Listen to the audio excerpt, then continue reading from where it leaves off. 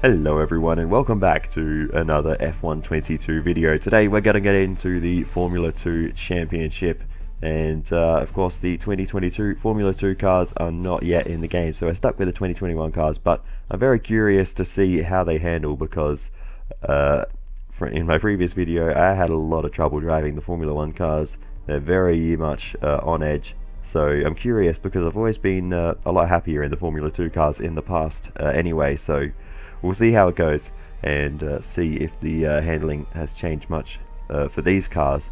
I'm very much curious about that. But just having a scroll through the options here to see who we are going to drive as, and the one that caught my attention was Bent Viscaal in the Trident. Bent Viscaal, the Dutchman, number 24. We haven't quite scrolled that far yet, but he, I think, is a bit of an underrated driver in Formula 2 last year. He scored Trident's first podium at their home race in Italy, which was awesome to see. But also, he isn't in Formula 2 this year, which I was quite surprised about. Not sure what he's up to, but yeah, it is, I think, an interesting choice. And it's also good to be returning to Trident. Obviously, well, not obviously, but they were the first team I drove for back in F1 2019 when we were first introduced to Devon Butler in that little intro to the driver career back then. So yeah, that was part of the reason as well, because I do like the Trident cars. I think they look very cool with blue, red and white colours. So yeah, I'm looking forward to driving for them once again. So yeah, they are my reasonings. But anyway, let's just get into it, and we'll take a look at the calendar for this season. And after a long debate with myself about what rounds to include and how many rounds to include, here is the finalized calendar. So we're going to kick things off in Bahrain, and we'll then head to Azerbaijan. The next two rounds will be over in North America for the Miami and Canada rounds, and then we'll head back across to Europe for Spain. We'll be trying out the modified layout there. Then we run through the essentials: Austria, Great Britain, Belgium, Italy. Then we head across to Japan, and then back over to the Americas for Mexico and Brazil, and then we'll finish things off in Singapore and Abu Dhabi. Bit of an unusual, a couple of unusual choices there, but I've just basically picked a lot of my favorite rounds of the championship, a lot of my favorite tracks, and a few other ones are thrown in as well. Obviously Miami, a new circuit to the game, so we have to try that one out. But yeah, there is the calendar, so nothing else left to do other than to just get cracking. And as we head into practice, I'm not sure if I mentioned that the format we'll be using is not the dodgy 2021 weekend format that they had in Formula 2, where they had the 2 sprint races and 1 feature race. I don't think anyone really liked that format, so we're going to be using the 2022 weekend format, which is the alternative that we have, which is just to do 1 sprint race followed by the feature race. I still prefer the old format with the feature race first, but nonetheless, it's better than it was. I feel like we're kind of missing something with, in the old format. If you had a bad qualifying, you could work your way through the field in the feature race, and then maybe get a good reverse grid slot in the for the sprint race. I mean, but now in the new format, you don't really have the option to do that. If you qualify at the back, you start last, at the back in both races. So yeah, it's a bit of a shame. I feel like we're kind of missing something without that format. But anyway, it is what we have to work with. On the plus side, if you have a bad feature race, it doesn't ruin your sprint race, assuming you qualified well. So there's pluses and minuses to each type of format, I guess. But unfortunately, we don't have the option to choose the old one. But anyway, that is that. So you can see heading into practice now, and not spinning immediately, so that's a good start. But overall, okay, there's the spin. That didn't take long. Wow, that was a heck of an impact. Let me know you're okay. Alright, looks like we're ready for qualifying, so let's just get into it.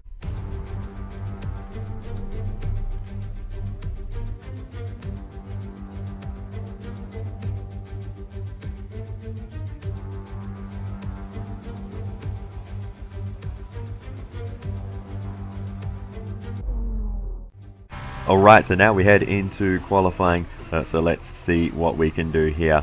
As I was starting to say before, I think the handling for these cars has been updated, and they are probably a bit more on edge than they were back in F1 2021, but definitely not to the same extent as the Formula 1 cars. So that is good, because I can still drive these things without traction control, without too many issues. What I have discovered though is one, you really want to stay off curbs as much as possible, and two, you are very much affected by the line you take. And that sounds like a painfully obvious thing to say, but I feel like in previous games you could be a bit lazier with your lines, but you can see there I was very narrow on the entry, and that sort of thing just seems to cost so much more time. I don't know if it's just because I'm not fully up to speed with these cars yet, and I'm just making more of those mistakes, but anyway, whatever it is, I have to make sure I really focus on being as pinpoint accurate as possible. Otherwise, there are just literally seconds going down the drain. So yeah, I am at the moment nowhere near the lap times I was doing in the same car last year in the previous game. So yeah, it's a struggle at the moment. I'm literally a few seconds down on what I was doing, 12 months ago. So yeah, I don't know where the pace is, but it's not there, that's for sure. But anyway, we'll continue to push on, because we are gaining on this lap, and that's Liam Lawson off the road there in qualifying.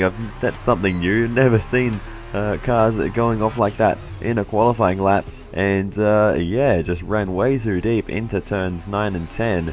And thankfully he left us some space. We actually cut the corner because I saw him coming back on, and it looked like we were on a collision course, so I just hopped over the curbs to make sure that we did not make contact, but thankfully Lawson waited offline anyway. But what is more important is that we are gaining massively on this lap, well over a second, near on approaching 2 seconds gained on this lap. So we are going to absolutely smash our previous lap time, and this could really vault us up the order as we now head into the final corner. We are gaining by 1.8 seconds as we exit the corner, but we're out of fuel, and we're going to just slowly roll towards the line, losing tenths every single second, and we're going to still improve, but it's only by 6 tenths. We lost over a second on the run to the line, and our massive improvement just turned into a very small one in relative terms, but it shows the pace that we could have. Of course, the car being so light because we ran out of fuel, so that's a bit of a false reading there, because maybe there's I don't know how much time a few extra liters of fuel would have cost, but it's it's a tiny amount. But yeah, that lap time alone has put us up the order and in contention though. So I think that's the best lap I'm going to be able to do in this session, because after that the tyres are going to be gone. So yeah, and I think, to be fair, also we gained time just cutting the corner when we're avoiding Lawson. So yeah, I think in fairness, I think we're just going to leave it at that and fast forward through the rest of the session. Unfortunately, our teammate not doing so well and is well out of the top 10. Marino Sato there. He actually topped the practice session, so that was quite interesting to see. But at the moment, it is, surprise, surprise, Felipe Dragovic with the fastest time, followed by Oscar Piastri. As we wind down from the excitement of qualifying, here's a look at your top three. Dragovic, Armstrong and Oscar Piastri. With qualifying complete, all that remains is the main event. We'll be live and uninterrupted for the feature race tomorrow, so make sure you join us there.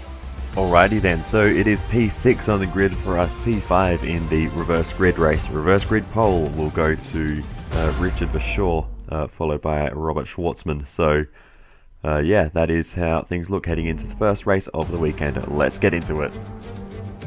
Welcome to Sakir and the Bahrain International Circuit, where the grid is forming up ready for today's race.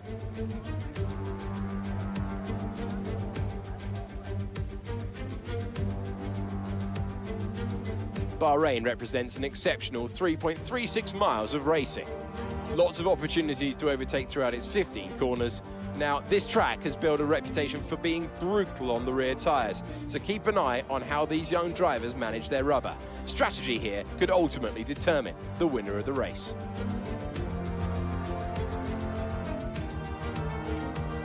Davide, you're a three-time winner around here in 1 week, I believe, back in 2012. How on earth do you make the tyres last around this track? They degrade so quickly. To be honest, the key to the race is having a good start so you can get your car into a good position. Then save the tires as much as you can and push just at the end.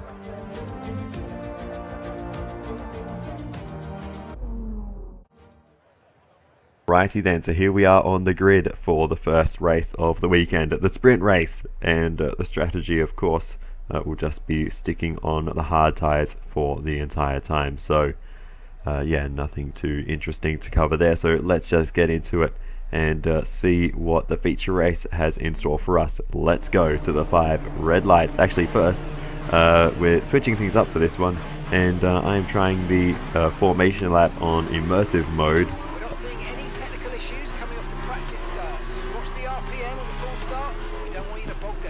And after I missed the cue there a little bit, but yeah, trying on immersive mode, which unknown to me, I didn't know this until this moment.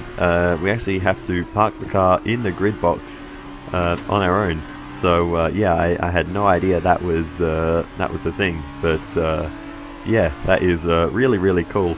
So I imagine if you are actually good at, you know, the sort of micro controls in the game, you can sort of angle your car and position it exactly how you want. I'm lucky enough to actually get it in the box. As you can see there, I almost pulled up in the wrong box until I noticed the marker there.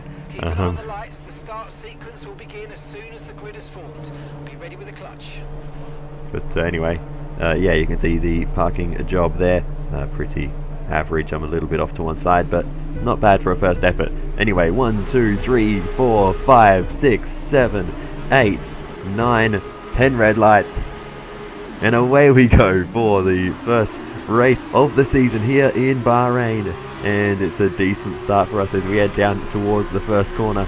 And now let's see what we can do on the run in as we head look to the outside. And we will make a couple of spots here, I think, as we're trying to just sneak through inside of turn 2. And we get a nice move done there, and we're up a couple of spots into 4th. So we have gained off the launch. Now to the outside, can we move ourselves up into the podium places? A little bit deep there, but carrying the speed nicely, and we still have the outside line.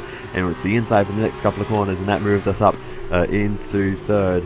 And if you're wondering about the 10 red lights thing, I just did a restart just to see if the game remembered exactly where we parked, and it looks like it did. Between the 2 different cuts there, it looked like the car maybe just moved very slightly, but it didn't sort of realign itself to a straight grid box position. So yeah, I was just wondering if the game was smart enough to do that. I like experimenting with things. But anyway, we are up into 3rd position, much better than our teammate at the moment, though he is going to be making a pretty good launch, it looks like, and actually does gain a couple of spots off the start. So making up for a bad qualifying is Marino Sato, and he's very aggressive down into the first corner and makes him more places. So Sato maybe up into the top 10 by now. It was a great start from him, and yeah, I think that's put him into about 9th position. So fantastic stuff by Marino Sato off the launch there to make up for a lackluster qualifying. Meanwhile, we go charging down the inside. We missed the mark there completely and actually end up losing a spot. So we were trying to overtake Richard Bashaw, but that's backfired on us, and Dan Ticktum's found his way back through as we're just trying to get going again. But yeah, that was a little bit aggressive on my part, but nonetheless we are able to continue on, and now we set our sights on Dan Ticktum once again, as we now have the DRS open, and fastest lap coming our way there. So we have some decent pace in this one as we're gaining in a straight line. Can we make a move on Dan Ticktum down the inside? It's a late move, but we get it done, just about running a little bit deep there, but nonetheless we get the move done, and that's the most important thing. And we've put ourselves back into the podium places. Next up is Richard Bashaw, and then Robert Schwartzman still leads the way in this one from reverse grid pole. And he's got a bit of a buffer to Vasseur, but it's not much. Vasseur definitely within a DRS range, so they will be fighting each other as well. But as we continue on, we are trying to put the pressure on Vasseur as we have a bit of a moment through the final corner. The DRS will bring us back into the fray as we head under the shadow of the grandstands and begin the next lap out the other side, and now looking potentially for a late dive move to the inside, and we will go for it, and we'll block him on the apex and get the move done. We're really strong on the brakes, but on the corner exit we are not so strong, and you can see Vasseur just about pushing us out of the corner, so that is a perfect demonstration of where we are gaining and losing time. But yeah, that is our current issue. But Vasseur trying to make a move there, not able to get back alongside fully, and he has to back out of it. We continue on. We do catch up to Robert Schwartzman, so it seems like we have a slightly better pace than the Russian. So let's see if we can make a move. Dive down the inside into the final corner, straight to the apex. Diagonal line there, and that's worked for us. But Schwartzman, he had a good exit, but he got a little bit caught up behind us. I think he couldn't quite get the car tucked back in for the switchback. He should have just sort of kept the car turning right there, but he straightened out a bit early, and yeah, couldn't get the switchback done, so that's unfortunate for him. But anyway, meanwhile, this is a battle further back. This is Zhou Guanyu putting the pressure on Théo Pourchaire. Pourchaire defends Zhou further to the inside. The Chinese driver goes down the inside into the final corner, and he gets the move done nicely. They're still side by side though, Pourchaire fighting back, but Zhou's going to have the DRS, and there's more cars getting involved now. Look at, I think that's Larim Zandelli getting involved, and he's to the inside of Zhou. Now they're going to go 3 wide down towards the first corner, and Pourchaire is on the outside. He's in the awkward position. Zhou having a moment in the braking zone there, runs a little bit wide. Zandelli trying to get through. Théo Pourchaire's going to drop 2 spots here. Zandelli through as well, and here comes Alessio Deletta, who is catching up to this gang as well. So this might be a 5-car battle soon, because I think that's David Beckman behind, and he might get involved here too. Down the inside of Deletta, contact made between Deletta and Beckman. Beckman running a bit too hot into the corner there, and I think Beckman might have damaged his car. He does get past Deletta, but I think that is damage for David Beckman. We'll have to see on the front of his car what the situation is, as Deletta is also under fire from behind, but I think David Beckman is walking wounded now in this one, and Deletta is right on his back. So yeah, David Beckman a bit too aggressive there, and yeah, you can see the damage to his front wing on the front left corner there, the end plate missing. So unfortunate for Beckman, he's going to have to make an unscheduled stop in this one. That said, he's actually keeping up pretty well with Théo Pourchaire, who is in front of him. Pourchaire dropping off the back of the 2 ahead, Zandelli and Zhou getting away, but yeah, Pourchaire sort of at the head of the queue here, so I don't know if Pourchaire has any damage. I don't think he made any contact with anyone, but he may just be lacking a bit of pace in this one. But either way, yeah, he is the one at the head of this second pack that's formed here. But I think David Beckman's going to have to pit with that damage and getting your front wing on his car, so that's unfortunate for the German. And yeah, he peels off, and that allows Deletta, and I think that was Lundgaard next in the queue there, potentially, I'm not sure. But nonetheless, they go through, and Beckman has to make the slow trip down pit lane to get a new front wing on the car. And this is going to take a while for that change to happen in Formula 2. Not as many pit crew members as Formula 1, and they can't change the wheels at the same time. It's all a separate process, and he's still in the box trying to get everything resolved. Now he gets going. Meanwhile, Théo Pourchaire is the onboard with him through all of that to see exactly what he saw. I don't think there was any contact. There's Zhou moving across a bit there in the braking zone, just because all of a sudden Zandelli was charging down the inside. I don't know if there was any contact between the 2 of them, but Pourchaire getting through with that contact there. But the pace he was losing through the previous few corners would suggest that he is already dealing with some issues in that car. But yeah, here's the onboard with Zhou Guanyu, and yeah, he was just able to blaze straight past, so much more straight line speed with the DRS open, and then he had to open up the inside of the corner because Zandelli was there charging up the inside.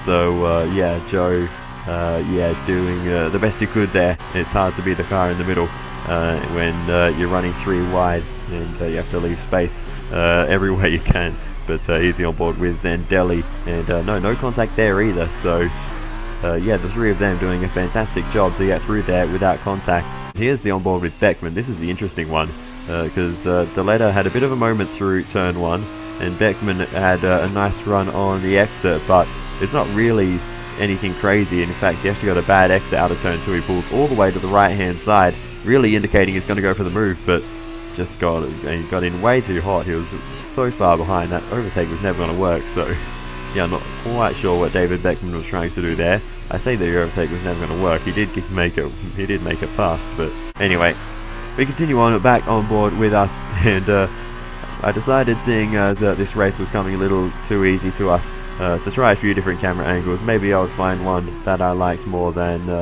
the TV pod. So you can see I was trying the offset one earlier. I hate that camera so much, but I thought I'd just try all the different ones for a lap. The chase camera, actually not too bad.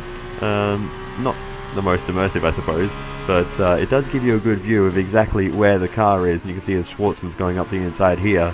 It's a lot easier to judge the gaps between the cars and know how much space you have to leave while you're fighting with other cars. I prefer the more distant chase camera. This is the close-up one, but it's yeah, it's actually not that bad, and yeah, I found I was driving reasonably well with this one. So yeah, that surprised me, honestly. I usually don't like this sort of camera angle.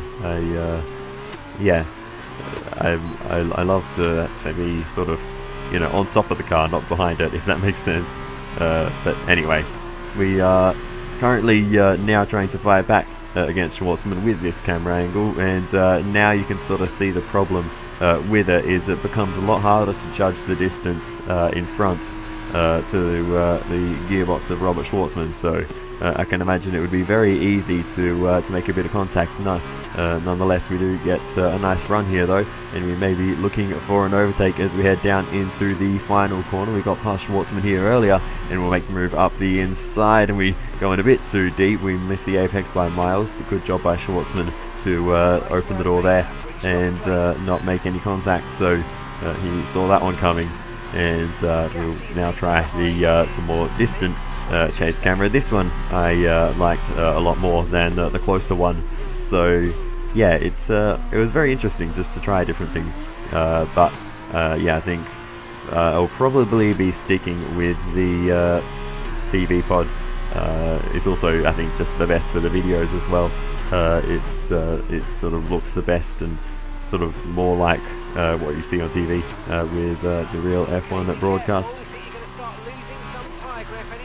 And yeah, Mark warning us about losing tyre grip. Speaking about losing grip, that's a huge slide there. We're completely 90 degrees to the track, and we drop 1, 2, 3, 4 spots, and we're down into 5th position. So that's a disastrous little moment there for us as we just got up on the inside curb there. So yeah, little lapse of concentration there. You really cannot get away with touching the curbs, even in the F2 cars, which have I feel like historically been a bit more, you know, tolerant to those things. But yeah, no getting away with it here. Meanwhile, Oscar Piastri has a bit of a moment and goes off the road, so he's learning the hard way as well that you cannot touch those curbs, just like Liam Lawson did in qualifying.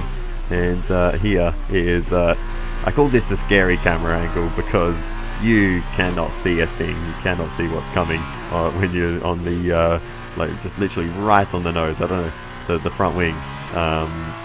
This is just, you can see the three-dimensionality of the curves. I don't know if that's a word, but yeah, this is scary. I can't drive like this as well, because you can barely see what's, you know, over the next, you know, minor rise in the road. So yeah, I don't like this one, but feels like you're just grazing your chin on the tarmac the whole time. It's quite scary. But this one, the nose camera, was actually alright. It wasn't my favourite, but yeah, it wasn't too bad either. And it's up just that little bit higher, so you can actually see what's coming. And it is right at the front, which I said earlier I do like to be sort of, you know, on top of the car towards the front. So yeah, this camera angle not too bad. This has changed from a Formula 2 episode to to just reviewing different camera settings. But anyway, that's what happens. I just go off on tangents all the time. But I think my favorite alternative to the TV pod is actually the next one, the alternative nose camera, and it's just that little bit further back. You can see exactly where the front wing is and the front wheels. You don't get the best visibility of the other cars that you're fighting, but it is a good option though. So let me know what you think. I wouldn't mind driving like this if you think this is a better camera setting, but yeah, this or the TV pod would be my personal preferences. So if you've managed to sit through that whole ramble, let me know which one you would like me to use in general for the rest of the season, because I like both this and the TV pod. So yeah, this one though, oh my goodness, this is just terrible. I don't know how people, I mean, obviously real drivers drive like this, but it's just, your visibility is so limited. You got the halo bar right in front of you as well, the column. So yeah, this, I can't drive like this. This was just not fun in any way, and in fact I didn't even complete the whole lap driving like this. I had to change it back to the TV pod. But yeah, this is, yeah, not cool. But yeah, much better now as we run a bit wide there. So in doing all that, I've stopped paying attention to the race, and we haven't gained any time on the cars in front, and that was pretty much the race. We didn't have time to catch up again, so we've kind of thrown that one away. But nonetheless, it's Robert Schwartzman who takes the win here for the sprint race in Bahrain. Good job by him. And yeah, after all that experimentation, we're going to come home in 5th place. So, bit of a lackluster result compared to what we could have had if we just paid attention. We could have won that race, but oh well. That's a fantastic performance from Kramer. It hardly looked in doubt.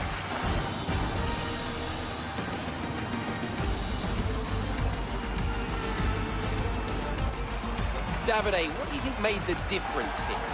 This race, this win, was about one thing and one thing only: consistency.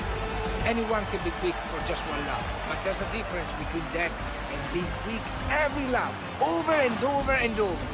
If you can do that, if you can gain ground when your opponents make mistakes, but then not make mistakes on your own, you can just push and push.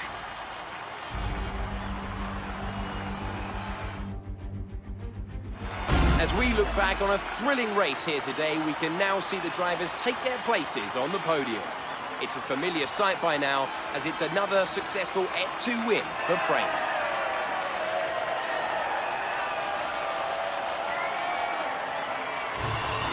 So there we have it. It's Robert Schwartzman who takes the victory today. Second place goes to Richard Verschoor, with P3 going to Yuri Vips.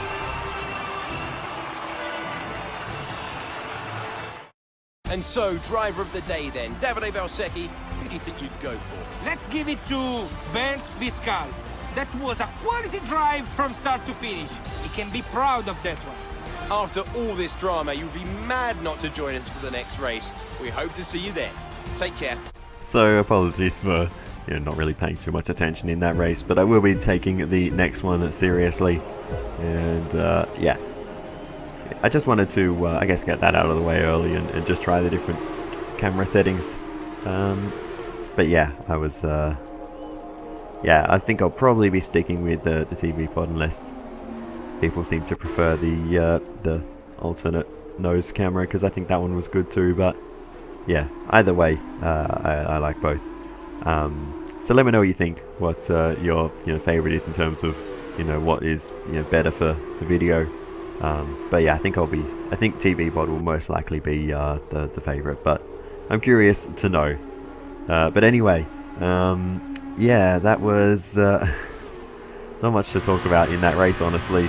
That was that great battle we saw mid-race that we cut to with Joe, Porsche, Zandelli, and then Deletta and Beckman getting involved at the end. But yeah, other than that, for us there wasn't really too much. We got to the front and then we dropped back when we started sort of messing around with things. So yeah, I kind of wish I'd caught on to how far behind we were going a bit earlier on, and I would have, you know, tried to get a move on again. But anyway, let's be honest, I had the difficulty set too low in that race, so I had to make it a bit more challenging somehow. So that is a thing I do sometimes as well. If I get the difficulty a bit wrong, I will move to a different camera setting while there's not much happening. So yeah, you know, it slows me down a bit. But yeah. What else is there to say? Marino Sato, I didn't mention that at the time, but when Piastri went off, he dropped out of the points, and that allowed Sato to move into the points. So that's great for us, and that allowed, well, that's an extra point for our team, I should say. So that's very lucky. But yeah, other than that, Sato, he would not have been in the points. So hopefully he can get a little bit higher up the order in qualifying. I'm not sure if I mentioned it earlier or not. I might have, that he was fastest in practice, which was interesting to see. But anyway, I think it's time we move on to the sprint race, the feature race rather. Hello and welcome from the Bahrain International Circuit here in Sakhir. Down on the grid, the engineers are making their last checks, and today's race will be underway shortly.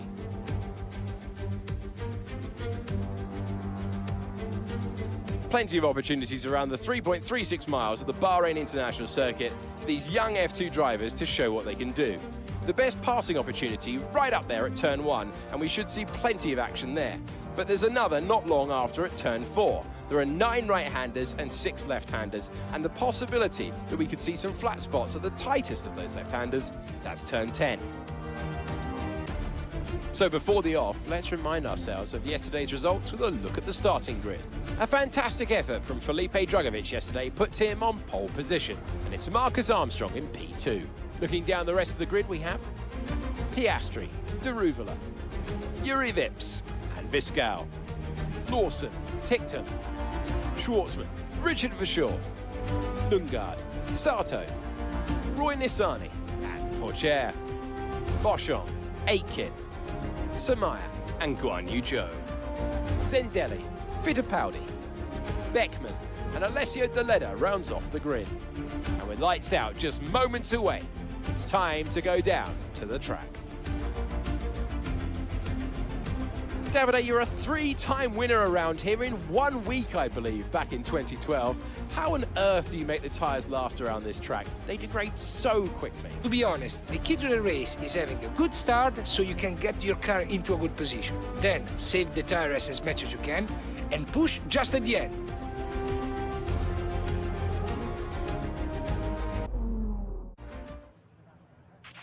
Okay, here we go. I know what you can do. Don't let me down.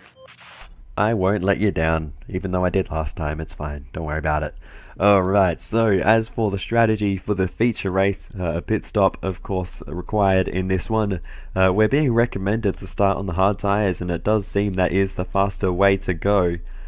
So we'll see what everyone else is doing. It looks to me that everyone is starting on the hard tyres, no one willing to go in the opposite direction. So it's pretty clear cut that it's the way to go, so I guess that's what we're doing. Quite unusual to be starting on the harder compound in Formula 2, but nonetheless we will give it a go. 5 red lights, and it's lights out, and away we go. And it's a bit of a slow reaction time there for us, but a pretty good start actually after initially a bit of wheel spin. But we've moved our way up into 3rd already, to the outside, up into 2nd. We may even take the lead. No, we can't quite get that far around. We were a little bit hot into the first corner, but nonetheless up into 3rd position. And that was a brilliant start from us. And we've absolutely rocketed our way to the front of the field in the very early stages of this one. So that is an absolutely perfect start to this race. And we are already looking racy and trying to gain on the top 2. So let's see what we can do. Of course, different contenders at the front of this one. And it is Marcus Armstrong who leads the way as we go down the inside, and we get the move done on Felipe Drugovich, who sits now in 3rd position. But it's Marcus Armstrong now out in front in this one. So he's made the most of a good start, and now we're trying to chase him down. So as we're looking for a bit of a clear air on the run down to turn 11, nothing to do there, but as we continue on, we will have an opportunity to pass Marcus Armstrong. We'll go to the outside into the first corner, around the outside of Marcus Armstrong. We'll keep things nice and controlled, and we get the move done on the Kiwi driver as we get the rear end stepped out and a spin to 360, and we get T-Bone from the side as they all pile in, and the whole field has just piled up. And it looks like everyone's joined the party there. Safety cars just been deployed due to a build-up of stopped cars on the track. Watch your pace. Okay, we've been informed due to increasing risks. They're moving from a virtual to a full safety car. Full safety car. My goodness. That was a monumental pile-up down at turn 2. I'm lost for words. I don't know what just happened there. That was insane. We just got the rear end sliding slightly. Couldn't save it. And just parked it on the racing line. We couldn't really do anything about it, but the whole field just piled in there at full speed. We'll need to see a replay to see what happened, but I need a moment to recover from that, because that was just insane. So anyway, here we'll now have a look at the replay then and see what happened. We go around the outside of Marcus Armstrong. This is all under control. Everything's fine here, but through this left-hander, was it off the curb, or was it a bit after that? Might have just been, you know, on the flat, on the flat circuit, just putting too much power down, and the whole field piles in. They got nowhere to go, and no time to react, and everyone, all 22 cars just pile in. That is insane. No one getting away with this one, it seems. Easy on board with Marcus Armstrong. This will give us the best view, and yeah, we didn't take too much of that inside curve. We just did that full 360, and we sort of kept going. We had to get it turned around, but yeah, we got away with no damage there. I thought we got T-boned, but no, that was fine. But yeah, we get going.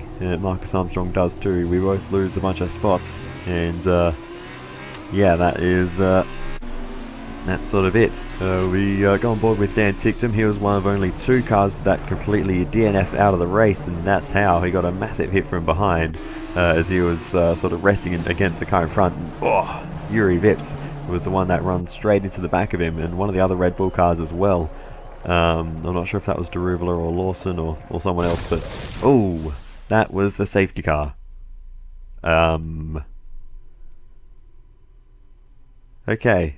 Well, it looks like the safety car is still fine because he's now leading the train back to the green flag. So thankfully the safety car is immortal, and he is immune to 23 car pile-ups. I can say that because the safety car was in it as well. Far out. That is ridiculous. There's only 22 racing cars, and there's a 23 car pile-up. There's the thumbnail heading, title for the video. That's what I'm trying to say. 23 car pile-up in race 2. Or in round 1. That sounds better. Anyway, while I'm discussing that, let's actually talk about what's happening on screen. This is the this is the broadcast mode for the safety car, and we just kind of sit around watching Robert Schwartzman apparently. But anyway, eventually we get going for green flag running once again as the safety car leads us around for the final time, and I do like this broadcast mode. It gives a bit of a chance to take a break mid-race, which is cool. But I will of course try immersive mode from now on to see what that is like. They've added things to the formation lap and the pit stops for immersive mode, so maybe they have for the safety car as well. I'm not sure if they're exactly the same as the previous game or not. So yeah, I'll see what the safety car is like on immersive mode next time I have a safety car. And yeah, but anyway, let's get going once again because we have racing to do, as it is I think, who's in the lead now? I think it's Liam Lawson in the lead at the moment as we get going for green flag running once again. We're in the tow of Jane Deruvula as we have a look to the outside. We're going to make the move as Deruvala's the one now actually going for a big dive on Piastri. Jane Deruvula being aggressive there. The Aussie though trying to hold him off, and he will on the inside of turn 2. He doesn't do a 360 and he does maintain the position, and he makes that stick. So Deruvula having a bit of trouble there getting the move done. and that's bringing us back into the fight. So let's see what we can do. Can we make a move on Darubala as we now head through the middle sector? We may be able to have a look into turn 8. That will be the target if we can get a nice run through here, which we have. And now we'll go down the inside of Darubala, and that's job done. And we move ourselves up another spot and into third position. Oscar Piastri second, Liam Lawson leads the way as we have a look. That is Guilherme Samaya retiring from the race and parking it right in the middle of the road in front of Roy Nassani there, so the Israeli will not be impressed with that. And Guilherme Samaya now out of the race, so that's unfortunate for the Brazilian. Here's the onboard with Nassani, and you can see Samaya sends it over the curbs on the inside there. And yeah, he was trying to get out of the way, I think, and then just ran in way too deep. So Samaya a little out of control there, maybe slipping on his own oil that's pouring out of the engine, who knows. Anyway, that's a mega dive bomb down the inside for Felipe Drugovich while that was going on. So Felipe trying to make his way through the field, Drugovich making a few spots there as we are now in hot pursuit of Oscar Piastri and Liam Lawson still, as we are trying to put the pressure on Piastri. We can't really find a way through in this middle sector, so we just need to wait for an opportunity. And here we might go for one down the inside into turn 8 once again. This is becoming a pretty good passing opportunity for us. I haven't traditionally been good through that middle sector, but it seems to be our favourite passing spot now, so whatever we're doing, it's working for us, and we're starting to get a rhythm through that section. Now we catch up to Liam Lawson, and with the DRS along the main straight, this should be an easy overtake. So here we go then in the slipstream, DRS open as we sit on the back of Liam Lawson. He's going to defend here. Actually, no, he's not. We're just going to have to go for the move. I thought he might move it across, but Lawson just driving it in a straight line. And you actually notice in the top left, Liam Lawson has a penalty to serve later in this race, and it's not going to stop him from fighting back though. A few laps later, Lawson down the inside, and he gets the move done. Liam Lawson retakes the lead, and we slot in behind. So yeah, Liam Lawson's not going to let us go here, as we now have the DRS, and we may have an opportunity to come back at him then down the inside into turn 4 and over the curbs, but we get the move done and move ourselves back up into the lead. Lawson down into second, Piastri trying to make the most of that. We make an absolute mess of the next few corners, so we're on a very tight line on the way in, and now we're going to be compromised on the exit on the run down to turn 8. Lawson tries to go around the outside. Here's the onboard from Piastri. Lawson may get the move done here. We're pinched on the inside, and Lawson gets the better exit. Liam Lawson retakes the lead, and we have all the work to do once again. We run into the back of him in the braking zone there, as we're a little bit caught off guard with how early he went on the brakes. But anyway, we'll continue on. We were able to get away with no damage there. We sent it over the inside curb to turn 2 to try and save the car there, as we had a bit of a moment, but nonetheless we continue to chase down Liam Lawson then as he continues to lead the way. But yeah, we had a bit of a rough run of corners there. Gap to your teammate behind is 2.8 seconds. Now again we try to make the move around the outside of Liam Lawson, and we will get the inside running for turn 2, and we'll get the move done this time and keep things under control. No spinning there this time, and now is again under pressure from Piastri, so Piastri may be the one to take advantage there. Unfortunately not able to though. Liam Lawson still holds second position. A big moment there on the exit of turn 8 for us though, and now Lawson is back through, so this is a great battle with Lawson, but it's not really helping either of us because he has a penalty to serve at some point, so he's not really in this fight with myself and Piastri. You know, we're really the ones fighting for the lead here, but Lawson is just the one getting involved. But anyway, we'll continue to fight because it's fun to do, as we now close up once again through turn 11. We'll see if we can do anything about Liam Lawson as we head through turn 12. Can we have a look to the inside of 13, down the inside, and a bit deep there, bit of contact made. This is getting a bit too aggressive now as we're running side by side on the exit, and this is not going to work well for one of us in the end, I don't think, but we'll keep the fight going as we go back down the inside. Liam Lawson into the final couple of corners, and job done. We retake the lead of the race. Bit of a moment on the exit, and now Liam Lawson's going to be the one. Actually no, we get DRS, so we'll be okay, but Liam Lawson still actually looking pretty strong in the slipstream, so the slipstream very strong here, stronger than the DRS it seems, so that's interesting. But anyway, We head now into turn 1. Liam Lawson not able to get through, and he's still going to remain behind us for a little bit longer. We're not so strong through the first couple of corners, but through the rest of the lap, through the rest of the lap, we seem to be okay. That said, Lawson close into turn 9, but he's gone wide. Liam Lawson getting caught up on the exit curve of turn 9 once again, just like he did in qualifying, and Liam Lawson is going to tumble down the order. And that is an issue there. Car going slowly. That's Larim Zandelli out of the race. Unfortunate for the German, but he'll take no further part in this one, as we now head into the pit lane, and we will see what kind of stop we can get. This is the immersive pit lane mode, and we actually have to manually select our turning point for the box, which is cool. But anyway, we get a new set of tyres on, and we get going once again. Fantastic stop, faster than we were expecting. And yeah, fast pit stop, which is awesome. So out of the pit lane we go, and we'll see if we can maintain the lead as we rejoin the circuit. We'll wait for everyone else to make their pit stops, and we'll see where we re-emerge.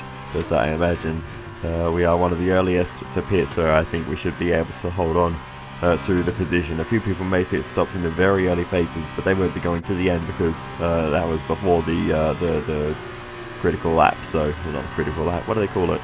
The pit window opening, anyway. But yeah, fastest lap of the race for us as we make our way up and into second position, still out in front, David Beckman, but eventually he will make his final stop and will take the lead.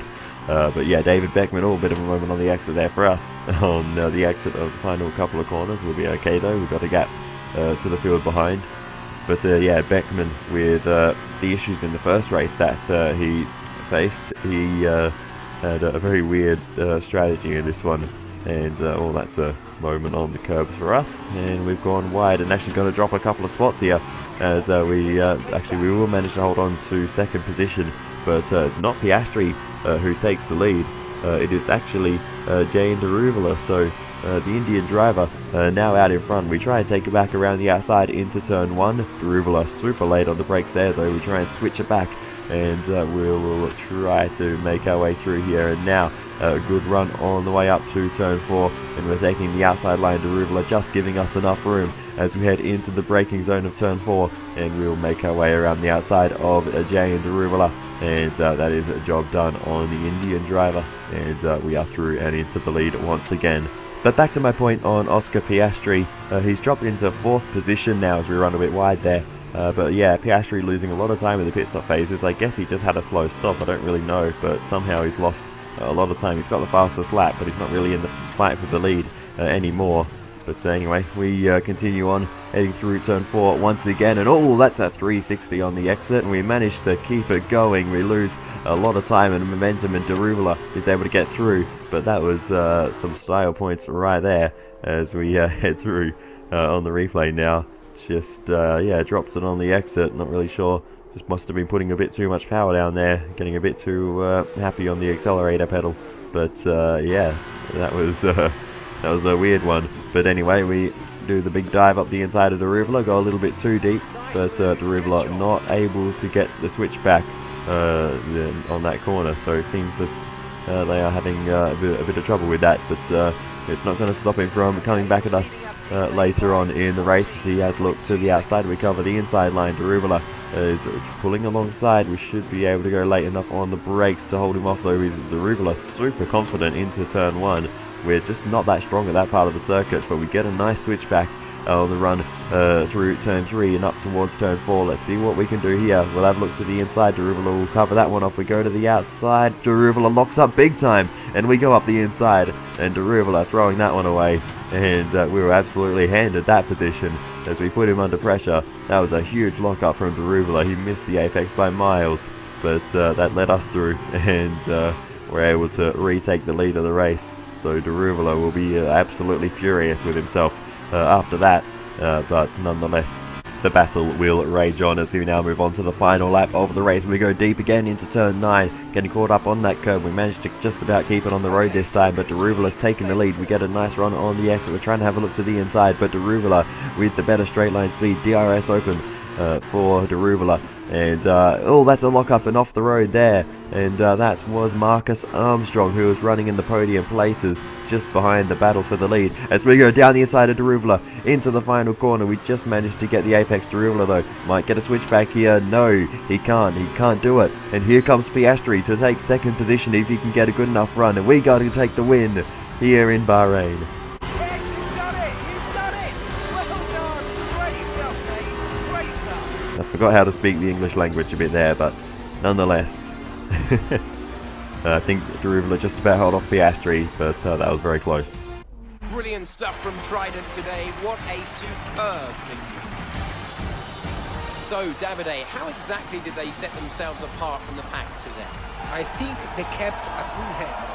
That's why they won today. Smooth, steady, everything bad that happened to them, they handled it calmly and professionally. That's what let them focus on getting the best out of everything else. The car, the strategy, they managed to keep out of trouble the whole way around.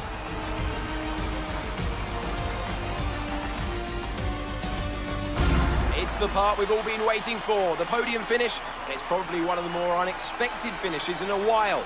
Trident take the victory. And Trident have made huge strides within F2 recently, and today proves that they're not only still in the race, but they're in it to win. Congratulations to everyone on the team.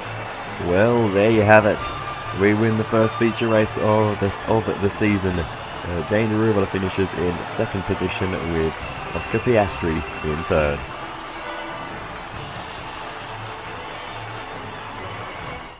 And now, Davide Valsecchi, let me ask you, who is your driver of the day? I'll probably go for Enzo Fittipaldi.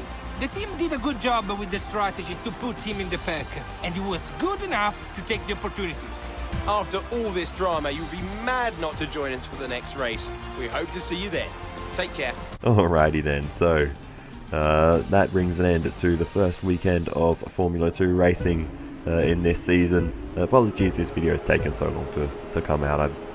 I wanted this to be done a couple of days ago, but yeah, I had something I had for lunch made me feel sick, so that ruled out that day. And yeah, the next day I just didn't get it finished. The day after that, I was working on something else. So yeah, these things happen. But anyway, nonetheless, we will move on. So let's run through the finishing order. Obviously, you just saw the podium, myself, Daruvula, then Piastri, Enzo Fittipaldi, 4th position, great result for him.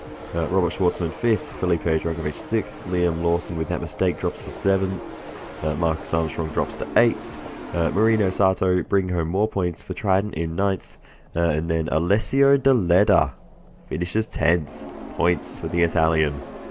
Wow, that's unexpected. But yeah, Deleda got through the chaos and got in the points, so well done to him, I guess.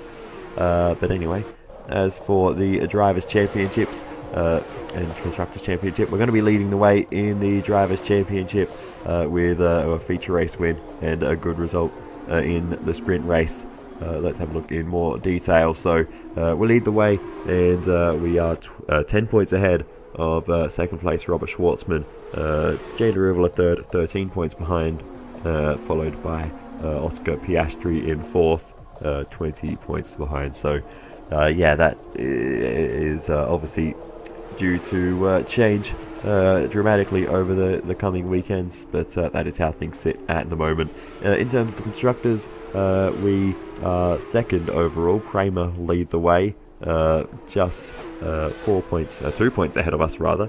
So yeah, the Kramer pairing of Schwartzman and Piastri doing a good job, and there's only so much I can do when Sato only scored 3 points, but fair enough, he earned those 3 points. But anyway, I think that is going to do it for this one. I apologize if the audio levels were a bit wacky throughout this video, but I'm still trying to get those right in the game.